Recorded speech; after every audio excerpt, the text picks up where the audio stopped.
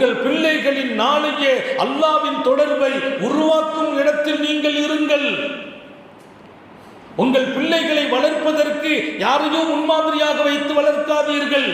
உங்கள் பிள்ளைகள் தலையில் என்ன முடி வைக்க வேண்டும், எப்படி வைக்க வேண்டும், எப்படி அலங்காரம் செய்ய வேண்டும், உங்கள் பிள்ளைகள் எப்படி அவர்களுடைய காலங்களை காட்சிகளை அமைக்க வேண்டும். நீங்கள் ஆயிஷா நாயகி சொல்லிக் கொடுங்கள், நபியின் மனைவி ஹதீஜாவை சொல்லிக் கொடுங்கள், ஹப்சாவை சொல்லிக் கொடுங்கள், உம்மு அம்மாராவை சொல்லிக் கொடுங்கள், ஃபாத்திமத்து ஸஹராவை சொல்லிக் கொடுங்கள். உங்கள் பிள்ளைகள் அப்படி அழகான பெண்மணிகளாக வளர்வார்கள்.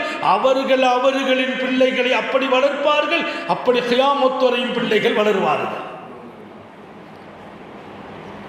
நீங்கள் செய்கிற தவறு, நீங்கள் சரியாக நடக்காமலும் வழிகாட்டாமலும் போனால் நீங்கள் மாத்திரம் வழிகாட்டவில்லை என்ற குற்றம் மட்டும் வராது, உங்களை தொடர்ந்து பல தலைமுறைகளையும் அது பாதிக்கும்.